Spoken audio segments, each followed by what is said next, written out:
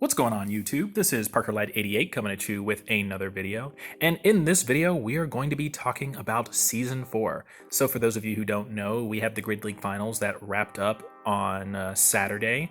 And at the end of the whole tournament, they mentioned that we're supposed to be getting some kind of announcement on Tuesday that is September the 14th related to Battle for the Grid content, which we're all finally hoping is Season 4. I think I've even seen some posts on Twitter talking about, Season 4 confirmed for Power Rangers. So that is what we are looking forward to this Tuesday. So make sure you guys are staying glued to social media to figure out what, when a trailer or some information about, content for Season 4 is going to be coming out. But in this video, we're going to actually be talking about that. We're going to talk about the leaks. We're going to talk about what I personally want out of Season 4 and, all that kind of stuff. So let's go ahead and get started.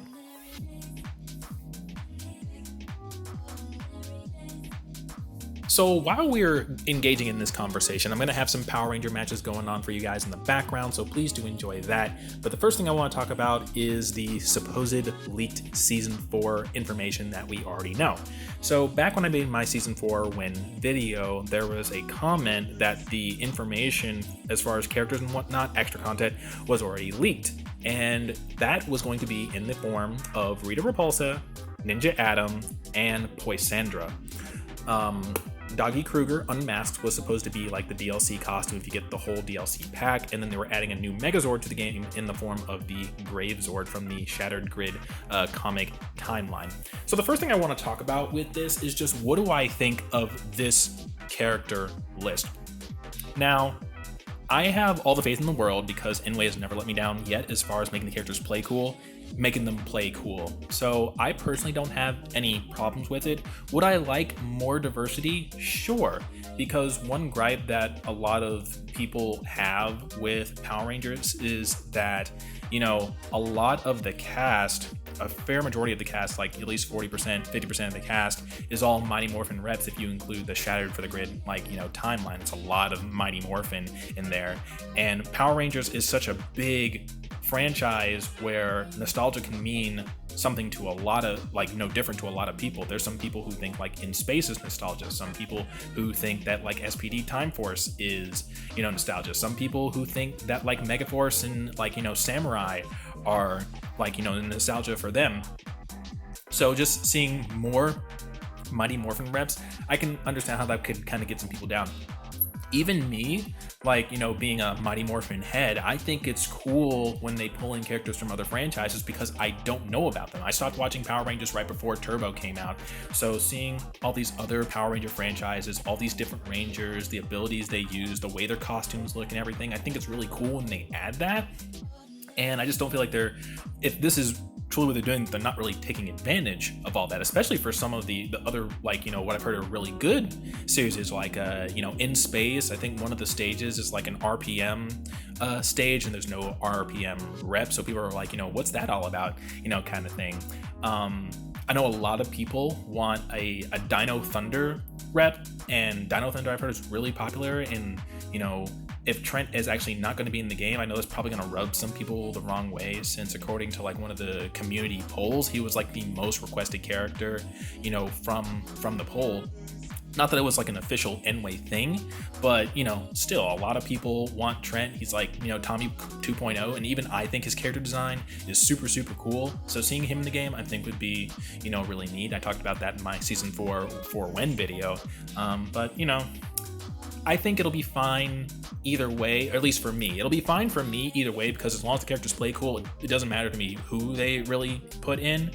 But I know that there are a lot of people who are probably going to be a little miffed about the DLC season if it's just more Mighty Morphin characters, 2 Mighty Morphin characters in the same thing.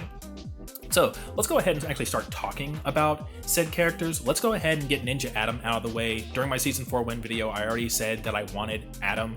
Even though there are a lot of ninja reps who could fill that generic ninja archetype for a fighting video game character, it makes a lot of sense because he's already in Legacy Wars, and just his character design is very distinct. That's the main thing. I like the fact that his character design, it's not just like, your normal Mighty Morphin costume. Like, he's wearing the ninja garb and it looks really, really cool.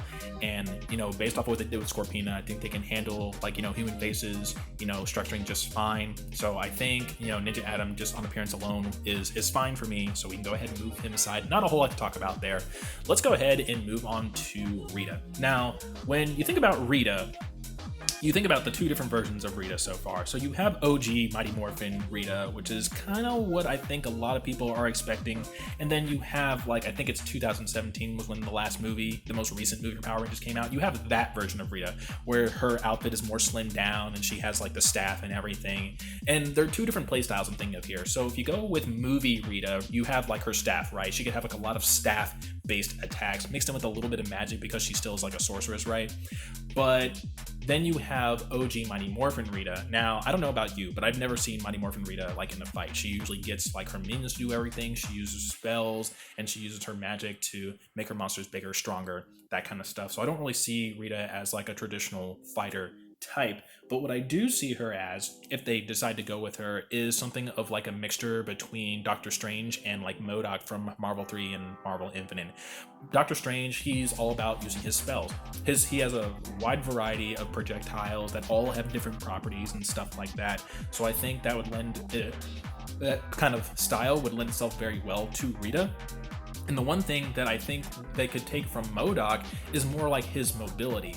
So right now we do not have a character who can legitimately fly in Power Rangers. So having a spellcaster-ish type character who actually has the ability to fly in a similar vein to how MODOK flies, I think that'd be a very distinct playstyle that no other character has.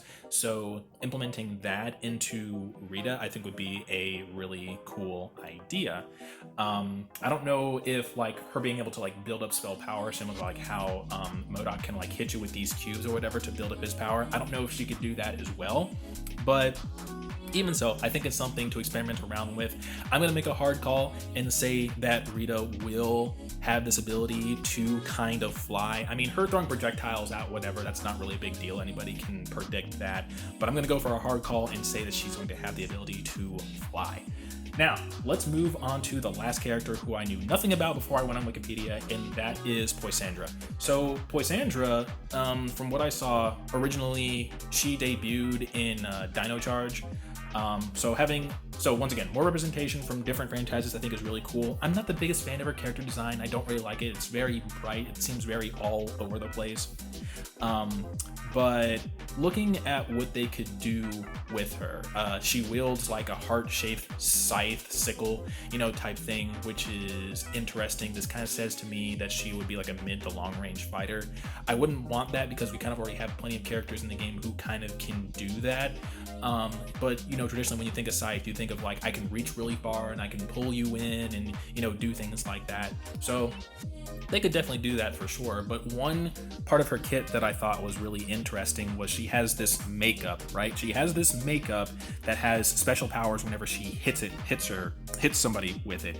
She has, I think it was 3 different colors. She has gray, which sucks power out of somebody. She can transfer that to somebody else. She has blue, which lets her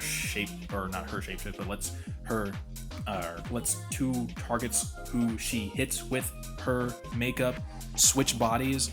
And then you had the pink, which makes you fall madly in love with whoever.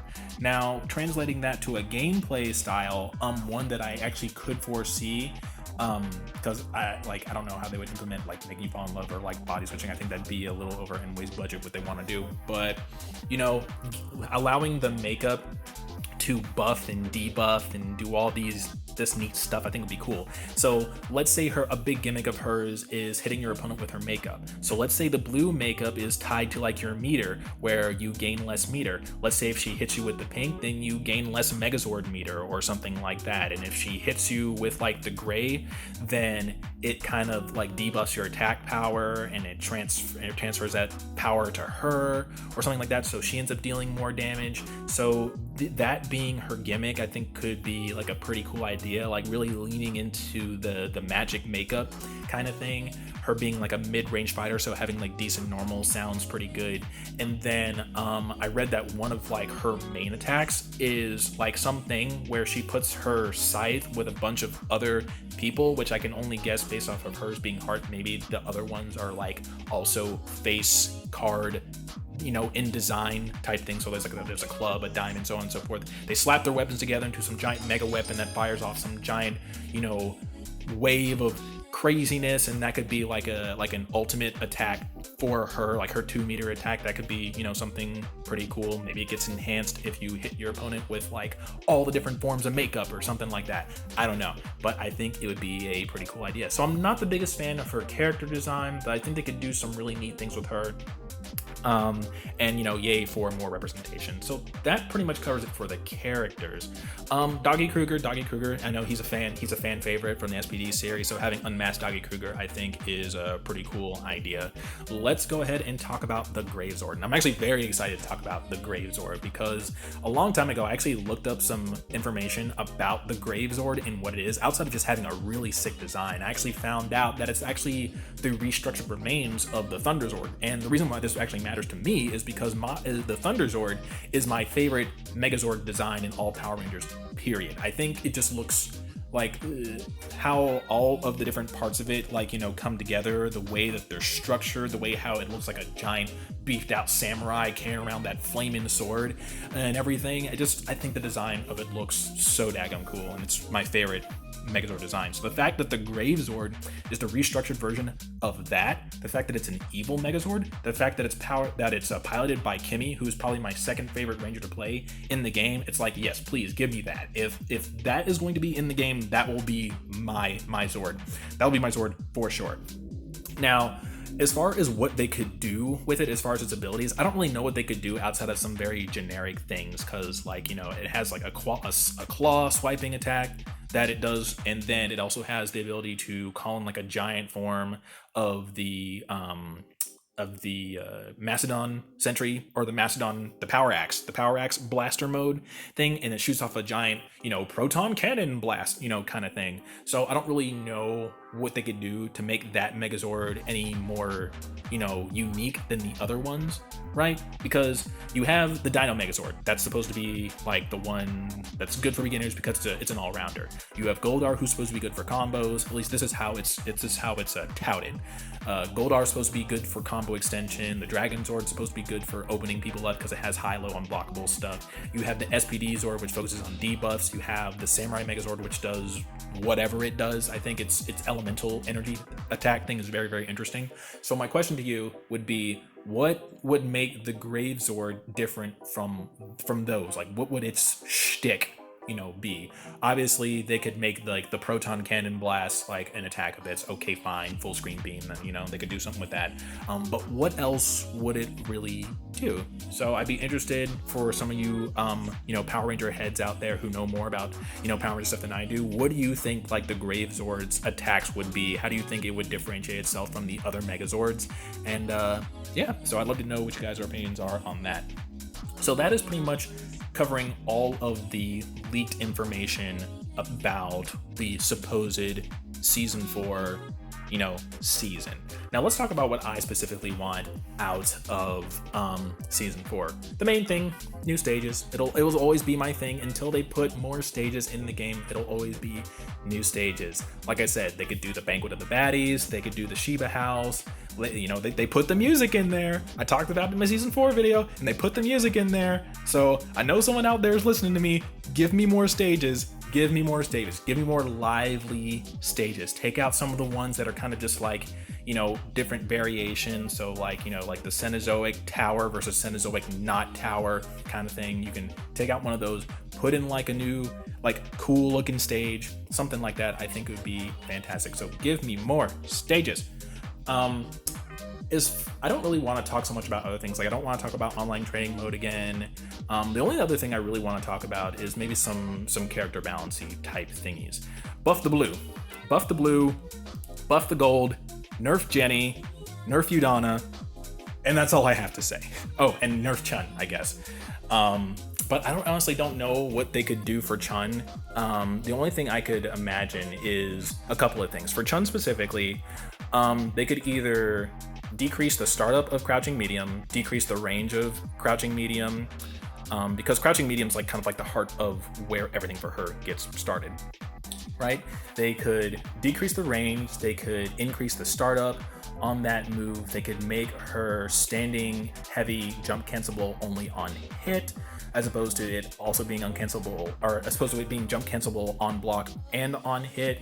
They could make it so that you have to jump higher before you can do the air dash, so that the instant air dashes aren't so fast to deal with.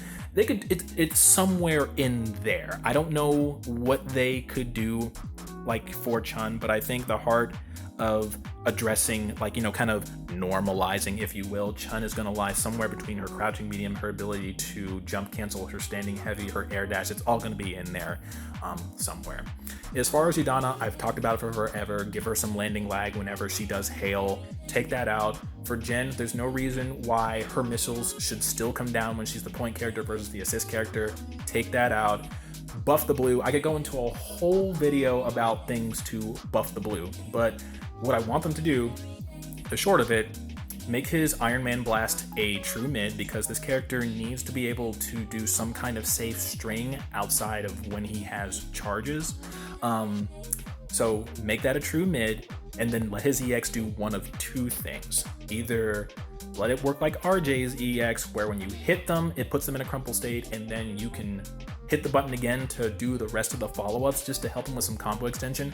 Or they could make his EX like Udana's EX, where even though her EX has pitiful range, when you hit somebody with it, it spawns orbs. So for Movie Blue, what they could do is when you hit somebody with the EX, it gives him full charge. Might be the most broken thing in the world. We won't know unless we try. Movie Blue has been not the greatest character forever. Help that character out. And then of course we have my boy, the Whoosh Man. I don't care what they do with that character, just decrease the startup of his neutral special so it works the way it's supposed to, as far as being able to cancel in the captain kick and like the whoosh, and we'll be all goody. Anything else after that would be extra. So that'll pretty much do it for this video, guys, talking about, you know, some things that I want out of season 4, talking about the leaks and whatnot. Let me know what you guys think. Are you excited for season 4? What do you want to come out of season 4? Are you happy with the character list? What characters would you like to see instead? Let me know your opinions, and I'll be back to you guys later with future videos. If you guys have made it this far in the video, I'd like to encourage you to please check out my social media links in the description below. Check out my Patreon page, my Twitter. Come and check me out on Twitch. I'd be greatly appreciative. This is Parker Lad, and I will see you guys next time.